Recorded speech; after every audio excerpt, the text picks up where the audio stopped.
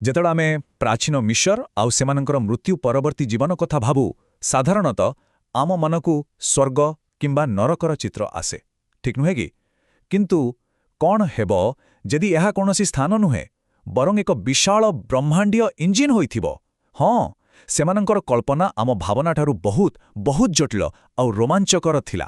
ଆଉ ଏହି ପ୍ରଶ୍ନଟି ହିଁ ସବୁକିଛି ବଦଳାଇ ଦିଏ। ମୃତ୍ୟୁ ପରର ଜୀବନ କୌଣସି ଶେଷ ଷ୍ଟେସନ ନୁହେଁ ବରଂ ଏକ ଚାଲୁଥିବା ପ୍ରକ୍ରିୟା। ଭାବନ୍ତୁ ତ ଡୁଅଟ୍ ଏକ ମସିନ୍ ଭଳି ଯାହା ପୂରା ବ୍ରହ୍ମାଣ୍ଡକୁ ଚଳାଇ ରଖିଛି। ତେବେ ଏ ଡୁଆଟ୍ ଜିନିଷଟା ପ୍ରକୃତରେ କ'ଣ ଦେଖନ୍ତୁ ଏହା କୌଣସି ଶାନ୍ତିରେ ବିଶ୍ରାମ ନେବାର ଜାଗା ନୁହେଁ। ଏହା ଏକ କର୍ମଶାଳା। ଏଠାରେ ଦେବତା ଅସିରିସ୍ଙ୍କ ନିୟନ୍ତ୍ରଣରେ ଆତ୍ମା ଏବଂ ସମୟର ପୁନର୍ଜନ୍ମ ହୁଏ। ସତ କହିବାକୁ ଗଲେ ଏହା ହେଉଛି ସେହି ସ୍ଥାନ ଯେଉଁଠାରେ ବ୍ରହ୍ମାଣ୍ଡର ସେହି ବିରାଟ ଇଞ୍ଜିନ୍ଟି ପ୍ରତି ରାତିରେ ନିଜକୁ ନିଜେ ମରାମତି କରେ। ଆସନ୍ତୁ ଏହି ଡୁଆଟ୍ର ରହସ୍ୟ ଭିତରକୁ ଯିବା। ଆମର ଏହି ଯାତ୍ରା 5ଟି ଭାଗରେ ହେବ।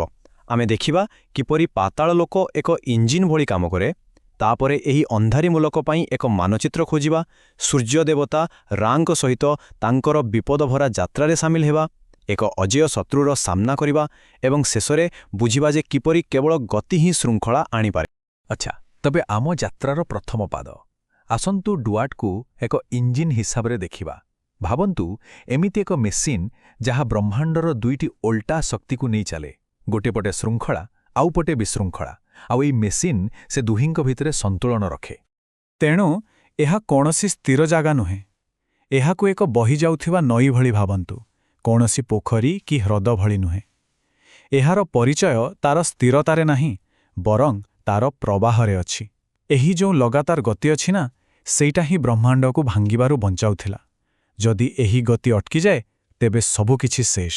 କିନ୍ତୁ ଏମିତି ଏକ ବିପଦଭରା ସବୁବେଳେ ବଦଳୁଥିବା ଜାଗାରେ କେହି ବଞ୍ଚିବ କିପରି? ଉତ୍ତରଟି ଭାଗ୍ୟରେ ନଥିଲା, ଥିଲା ଜ୍ଞାନରେ। କିଏ କ'ଣ ଜାଣିଛି ତା ଉପରେ ହିଁ ସବୁକିଛି ନିର୍ଭର କରୁଥିଲା।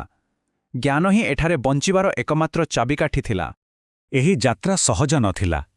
ବାଟରେ ଥିଲା ବିପଦପୂର୍ଣ୍ଣ ଫାଟକ, ନିଆଁର ହ୍ରଦ ଆଉ ଭୟଙ୍କର ସବୁ ପହରାଦାର। ଆଉ ଏସବୁକୁ ପାର କରିବା ପାଇଁ ଦରକାର ଥିଲା ଖାସ୍ ଜ୍ଞାନ। ତେଣୁ ଡୁଆଟ୍ର ଯାତ୍ରା କେବଳ ଏକ ଯାତ୍ରା ନଥିଲା, ଏହା ଥିଲା ଏକ ପରୀକ୍ଷା। ଆଉ ମନେ ରଖିବା କଥା, ଏହା ଭଲ ମନ୍ଦର ପରୀକ୍ଷା ନଥିଲା, ଏହା ଥିଲା ଜ୍ଞାନର ପରୀକ୍ଷା। ତେବେ ଏହି ଜ୍ଞାନ ଆସିବ କେଉଁଠୁ? ଏଇଠି କଥା ଆସୁଛି ମୃତ୍ୟୁ ସମ୍ବନ୍ଧୀୟ ଗ୍ରନ୍ଥଗୁଡ଼ିକର, ଯେମିତିକି ଆମଡୁଆଟ୍ ଦି ବୁକ୍ ଅଫ୍ ଗେଟ୍ସ କିମ୍ବା ଦି ବୁକ୍ ଅଫ୍ ଦି ଡେଡ୍। ଏଗୁଡ଼ିକୁ ଖାଲି ଧର୍ମ ବହି ଭାବିଲେ ଭୁଲ ହେବ। ଏଗୁଡ଼ିକ ଥିଲା ଗୋଟିଏ ଗୋଟିଏ ସର୍ଭାଇଭାଲ୍ ଗାଇଡ୍। ଭାବନ୍ତୁ ଏଥିରେ ଥିଲା ମାନଚିତ୍ର, ମନ୍ତ୍ର, ଏପରିକି ଗୁପ୍ତ ପାସୱାର୍ଡ। ଗୋଟିଏ ହିସାବରେ ଏକ ଜୀବନରକ୍ଷକ କିଟ୍। ସେମାନଙ୍କର ଗୋଟିଏ ଲେଖାରେ ଏମିତି ଲେଖା ଅଛି, ଯିଏ ସେମାନଙ୍କର ନାମ ଜାଣେ ସେ ସେମାନଙ୍କୁ ଅତିକ୍ରମ କରିପାରିବ। ବାସ୍ ଏହି ଗୋଟିଏ ଲାଇନ୍ ହିଁ ସବୁକିଛି କହିଦେଉଛି। କିଏ କେତେ ଭଲ ମଣିଷ ଥିଲା ସେଇଟା ଏଠି ବଡ଼ କଥା ନୁହେଁ। ବଡ଼ କଥା ହେଉଛି ବ୍ରହ୍ମାଣ୍ଡର ନିୟମ ଜଣାଅଛି କି ନାହିଁ, ରାସ୍ତାରେ ଥିବା ଦେବତାଙ୍କର ସଠିକ୍ ନାମ ଉଚ୍ଚାରଣ କରିହେବ କି ନାହିଁ, ଆଉ ଠିକ୍ ମନ୍ତ୍ରଟି ମନେ ଅଛି କି ନାହିଁ। ଏହା ହିଁ ଥିଲା ଆଗକୁ ଯିବାର ପ୍ରକୃତ ଚାବି। ଆସନ୍ତୁ ଗୋଟିଏ ଉଦାହରଣ ଦେଖିବା, ଗୋଟିଏ ଫାଟକର। ଏହା ଏକ ପରୀକ୍ଷା କେନ୍ଦ୍ର ଭଳି। ଦେଖନ୍ତୁ ଏଠାରେ ଦ୍ୱାରପାଳ, ପ୍ରହରୀ, ସୂଚକ ଏମିତି ତିନି ଜଣ ଦେବତା ଅଛନ୍ତି। ସମସ୍ତଙ୍କର ସଠିକ୍ ନାମ କହିବାକୁ ପଡ଼ିବ। ତା ସହିତ ଅଛି ସର୍ପ, ଯାହାକୁ ବଶ କରିବାକୁ ଠିକ୍ ମନ୍ତ୍ର ଜଣାଥିବା ଦରକାର। ଗୋଟିଏ ବି ଭୁଲ ଆଉ ଖେଳ ଶେଷ। ସବୁଦିନ ପାଇଁ ସେଇଠି ଅଟକି ରହିବାକୁ ପଡ଼ିବ। ଠିକ୍ ଅଛି, ତେବେ ଯଦି ଡୁଆଟ୍ ଏକ ଏତେ କଠିନ ପରୀକ୍ଷା, ତାହେଲେ ଏହାକୁ ପାସ୍ କରିବାର ବାଟ କ'ଣ? ଆଉ ଏଇଠି ହିଁ ସୂର୍ଯ୍ୟ ଦେବତା ରା ନିଜେ ହିରୋ ଭଳିଆ ଆସୁଛନ୍ତି। କାରଣ ସେ ନିଜେ ପ୍ରତି ରାତିରେ ଏହି ରାସ୍ତା ଦେଇ ଯାଉଥିଲେ, ଆଉ ତାଙ୍କର ସେହି 12 ଘଣ୍ଟାର ଯାତ୍ରା ହିଁ ଥିଲା ଅସଲ ବ୍ଲୁପ୍ରିଣ୍ଟ, ବାକି ଆତ୍ମାମାନଙ୍କ ପାଇଁ ଏକ ମାର୍ଗଦର୍ଶିକା। ପ୍ରତି ରାତିରେ ରାଓ ନିଜର ମେଷମୁଣ୍ଡ ଥିବା ଆଫ୍ ରୂପରେ ଡୁଆଟ୍ ଭିତରକୁ ଯାଆନ୍ତି। କିନ୍ତୁ ଏହି ଯାତ୍ରା କେବଳ ତାଙ୍କ ନିଜ ପାଇଁ ନୁହେଁ। ଏହାର ଦୁଇଟି ଉଦ୍ଦେଶ୍ୟ ଥିଲା। ଗୋଟିଏ ହେଲା ସେ ନିଜେ ପୁନର୍ଜୀବିତ ହେବେ, ଆଉ ଦ୍ୱିତୀୟରେ ସେ ଯେତେବେଳେ ସେହି ଅନ୍ଧାରୀ ମୁଲକ ଦେଇ ଯାଆନ୍ତି ସେଠାରେ ଥିବା ମୃତ ଆତ୍ମାମାନଙ୍କୁ ତାଙ୍କ ଆଲୋକରେ କିଛି ସମୟ ପାଇଁ ଜୀବନ ଦିଅନ୍ତି। ତାଙ୍କର ଏହି ଯାତ୍ରାକୁ 3 ଭାଗରେ ବାଣ୍ଟି ଦିଆଯାଇପାରେ। ପ୍ରଥମ 4 ଘଣ୍ଟା ହେଉଛି ଅବତରଣ। ସେ ଅନ୍ଧାର ଭିତରକୁ ଯାଆନ୍ତି ଆଉ ତାଙ୍କ ଶକ୍ତି କମିବାକୁ ଲାଗେ। ତାପରେ 4 ଘଣ୍ଟା ହେଉଛି ରୂପାନ୍ତରଣ। ଏହାକୁ ମଧ୍ୟରାତ୍ରିର ରହସ୍ୟ କୁହାଯାଏ, ଯେତେବେଳେ ରାଙ୍କ ଆତ୍ମା ଓସିରିସ୍ଙ୍କର ଶରୀର ସହିତ ମିଶିଯାଏ। ଆଉ ଶେଷ 4 ଘଣ୍ଟା ହେଉଛି ଆରୋହଣ, ଯେତେବେଳେ ସେ ନୂଆ ଶକ୍ତି ପାଇ ସକାଳ ଆଡ଼କୁ ବାହାରନ୍ତି। ଏହି ଯାତ୍ରା ଏକ ନାଟକ ଭଳି, ଆଉ ତାର କ୍ଲାଇମ୍ୟାକ୍ସ ଆସେ ଠିକ୍ ମଝି ରାତିରେ। ଆଉ ଏହି ଡ୍ୟୁଆର୍ଟର ଭୂଗୋଳ ବଡ଼ ବିଚିତ୍ର ଥିଲା। ଏହା କୌଣସି ସ୍ଥିର ଜାଗା ନଥିଲା। ଦେଖନ୍ତୁ, ଚତୁର୍ଥ ଘଣ୍ଟାରେ ସୋକାରାର ଶୁଖିଲା ମରୁଭୂମି ଦେଇ ଯିବାକୁ ପଡ଼ୁଥିଲା। ଏତେ ଶୁଖିଲା ଯେ ଡଙ୍ଗାକୁ ବି ସାପ ହେବାକୁ ପଡ଼ୁଥିଲା। ପୁଣି ଷଷ୍ଠ ଘଣ୍ଟାରେ ନୁନ୍ର ଗଭୀର ପାଣି, ଯେଉଁଟାରେ ପୁନର୍ଜନ୍ମର ରହସ୍ୟ ଘଟୁଥିଲା। ଆଉ ସପ୍ତମ ଘଣ୍ଟାରେ ସାମ୍ନା କରିବାକୁ ପଡ଼ୁଥିଲା ବିଶାଳ ସର୍ପ ଆପେପ୍କୁ। ଏଥିରୁ ବୁଝାପଡ଼ୁଛି ଯେ ପ୍ରତି ମୁହୂର୍ତ୍ତରେ, ପ୍ରତି ମୋଡ଼ରେ ନୂଆ ନୂଆ ଆହ୍ୱାନ। ହେଲେ ଏହି ଯେଉଁ ବ୍ରହ୍ମାଣ୍ଡୀୟ ଇଞ୍ଜିନ୍ ଚାଲିଛି, ତାକୁ ବନ୍ଦ କରିବା ପାଇଁ ସବୁବେଳେ ଏକ ଶକ୍ତି ଲାଗି ରହିଥିଲା। ଆଉ ସେହି ଶକ୍ତିର ନାମ ହେଉଛି ଆପେପ୍। ସେ ଥିଲା ବିଶୃଙ୍ଖଳାର, ଅନ୍ଧାରର ଆଉ ସବୁକିଛିକୁ ନଷ୍ଟ କରିଦେବାର ଜୀବନ୍ତ ପ୍ରତୀକ। ଏହା ହେଉଛି ସେହି ବ୍ରହ୍ମାଣ୍ଡୀୟ ସଂଘର୍ଷ। ଗୋଟିଏ ପଟେ ଅଛି ମାତ୍ ମାନେ ଶୃଙ୍ଖଳା, ଚକ୍ର, ନବୀକରଣ, ଆଉ ଅନ୍ୟପଟେ ଅଛି ଇସ୍ଫେତ୍ ମାନେ ବିଶୃଙ୍ଖଳା, ସ୍ଥିରତା, ବିନାଶ। ଏହି ଦୁଇଟି ଭିତରେ ଲଢ଼େଇ ଚାଲିଛି। ତେଣୁ ରାଙ୍କ ଯାତ୍ରା କେବଳ ଏକ ଯାତ୍ରା ନଥିଲା, ଏହା ଥିଲା ପୁରା ସୃଷ୍ଟିକୁ ବଞ୍ଚାଇ ରଖିବା ପାଇଁ ଏକ ଅସରନ୍ତି ଯୁଦ୍ଧ। ତେବେ ଏହି ଆପେପ୍ କିଏ? ସେ ଏକ ବିଶାଳ ସାପ, ଅନ୍ଧାର ଆଉ ବିନାଶର ପ୍ରତୀକ। ତାର ଗୋଟିଏ ହିଁ ଲକ୍ଷ୍ୟ, ସୂର୍ଯ୍ୟଙ୍କୁ ଗିଳିଦେବା ଆଉ ରାଙ୍କ ଯାତ୍ରାକୁ ଅଟକାଇ ଦେବା। ଆଉ ସବୁଠୁ ଗୁରୁତ୍ୱପୂର୍ଣ୍ଣ କଥା ହେଲା, ତାକୁ ପ୍ରତି ରାତିରେ ହରାଯାଏ, କିନ୍ତୁ ତାକୁ କେବେ ବି ସବୁଦିନ ପାଇଁ ମାରି ଦିଆଯାଇ ପାରିବ ନାହିଁ।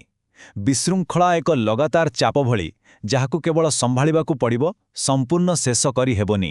ଆପ୍ରେ ସହିତ ଏହି ଯେଉଁ ପ୍ରତି ରାତିର ଲଢ଼େଇ, ଏହା ଏକ ବଡ଼ କଥା ଶିଖାଏ। ଏହା ଦେଖାଏ ଯେ ବିଶୃଙ୍ଖଳ କୌଣସି ବାହାର ଜିନିଷ ନୁହେଁ, ଏହା ବ୍ରହ୍ମାଣ୍ଡର ହିଁ ଏକ ଅଂଶ। ଆଉ ତାକୁ ସମ୍ଭାଳିବା ପାଇଁ ଦରକାର ନିୟମିତ ରୀତିନୀତି, ଜ୍ଞାନ ଏବଂ ଲଗାତାର ଚେଷ୍ଟା। ଶୃଙ୍ଖଳା କେବଳ ମାଗିଲେ ମିଳିଯାଏ ନାହିଁ, ତାକୁ ପ୍ରତିଦିନ ଲଢ଼ିକି ଜିତିବାକୁ ପଡ଼େ। ଆଚ୍ଛା, ତେବେ ଆମେ ଏତେ ସବୁ ଦେଖିଲେ। ଡୁଆର୍ଟ ଇଞ୍ଜିନ୍ ତାକୁ ପାର କରିବା ପାଇଁ ଜ୍ଞାନ ଦରକାର, ଆଉ ଆପେପ୍ ନାମକ ଶତ୍ରୁ ସବୁବେଳେ ଅଛି। ଏବେ ଆସନ୍ତୁ ଏସବୁକୁ ଯୋଡ଼ିଦେବା ଆଉ ଶେଷ କଥାଟି ବୁଝିବା। ଶେଷରେ ଶୃଙ୍ଖଳା ଆସେ କିପରି? ଗତି ମାଧ୍ୟମରେ। ଆସନ୍ତୁ ଦେଖିବା କିପରି ସ୍ଥିରତା ପ୍ରକୃତରେ ଏକ ଗତିଶୀଳ ପ୍ରକ୍ରିୟା। ଏକଥା ବୁଝିବାକୁ ହେଲେ ଆମକୁ ମିଶ୍ରୀୟ ସମୟର ଧାରଣାକୁ ଦେଖିବାକୁ ପଡ଼ିବ। ସେମାନେ ସମୟକୁ ଦୁଇ ଭାଗରେ ଦେଖୁଥିଲେ। ଗୋଟିଏ ହେଲା ଡ୍ୱେଜେଟ୍, ଯାହାକି ସ୍ଥିର, ଶାଶ୍ୱତ ସମୟ, ଓସିରିସ୍‌ଙ୍କ ଭଳି। ଆଉ ଗୋଟିଏ ହେଲା ନେହେ, ଯାହାକି ଚକ୍ରୀୟ, ବାରମ୍ବାର ଘଟୁଥିବା ସମୟ, ରାଙ୍କ ଭଳି। ସେମାନଙ୍କ ପାଇଁ ପ୍ରକୃତ ଅନନ୍ତତା ପାଇଁ ଏହି ଦୁଇଟି ଯାକ ଦରକାର। ଆଉ ଏଇଠି ହିଁ ଅଛି ସବୁଠୁ ବଡ଼ କଥା। ସେହି ଯେଉଁ ଚକ୍ରୀୟ ଗତି ମାନେ ନେହେ, ତାହା ବିନା ଡେଜରେଟ୍ର ଅନନ୍ତତା କେବଳ ଏକ ସ୍ଥିରତାରେ ବଦଳିଯିବ। ଆଉ ସେଇଟା ହିଁ ହେଉଛି ପ୍ରକୃତ ଆଧ୍ୟାତ୍ମିକ ମୃତ୍ୟୁ। ତେଣୁ ଶୃଙ୍ଖଳା କୌଣସି ସ୍ଥିର ଜିନିଷ ନୁହେଁ, ଏହା ଏକ ନିରନ୍ତର ଗତି। ଯେଉଁ ମୁହୂର୍ତ୍ତରେ ଗତି ଅଟକିଗଲା, ସେହି ମୁହୂର୍ତ୍ତରେ ବିଶୃଙ୍ଖଳା ଜିତିଗଲା। ସ୍ଥିରତା ହିଁ ପ୍ରକୃତ ମୃତ୍ୟୁ। ତେବେ ଏହି ଯାତ୍ରାର ଶେଷ ଲକ୍ଷ୍ୟ କ'ଣ? କ'ଣ ଏକ ଚିରନ୍ତନ ବିଶ୍ରାମ? ନା, ଆଦୌ ନୁହେଁ। ଲକ୍ଷ୍ୟ ହେଉଛି ଆଖ୍ ହେବା। ଆଖ୍ ମାନେ କେବଳ ସ୍ୱର୍ଗରେ ଥିବା ଆତ୍ମା ନୁହେଁ। ଏହାର ଅର୍ଥ ହେଉଛି ଆଲୋକର ଏକ ଦକ୍ଷ ଆତ୍ମା, ଯିଏ ଏବେ ନିଜେ ଏହି ବ୍ରହ୍ମାଣ୍ଡୀୟ ଚକ୍ରର ଏକ ଅଂଶ ହୋଇଯାଏ। ସେ ଆଉ ଯାତ୍ରୀ ନୁହେଁ, ସେ ନିଜେ ଏବେ ବ୍ରହ୍ମାଣ୍ଡର ଗତିକୁ ଚଳାଇବାରେ ସାହାଯ୍ୟ କରେ।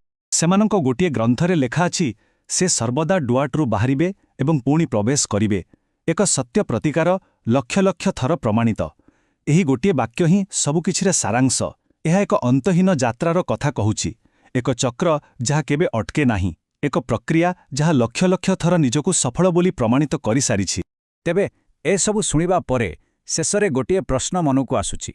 ଯଦି ବ୍ରହ୍ମାଣ୍ଡୀୟ ଶୃଙ୍ଖଳା ଏକ ସ୍ଥିର ଅବସ୍ଥା ନୁହେଁ, ବରଂ ଏକ ଲଗାତାର ଚାଲୁଥିବା ଯାତ୍ରା, ତେବେ ଆମ ନିଜ ଜୀବନର ବିଶୃଙ୍ଖଳାକୁ ଆମେ କିପରି ଦେଖିବା ଉଚିତ? ହୁଏତ ଆମ ପାଇଁ ମଧ୍ୟ ସବୁ ଅନ୍ଧାର ଆଉ ବାଧାବିଘ୍ନ ଭିତରେ କେବଳ ଆଗକୁ ବଢ଼ି ଚାଲିବା ହିଁ ବଞ୍ଚି ରହିବାର ପ୍ରକୃତ ଉପାୟ।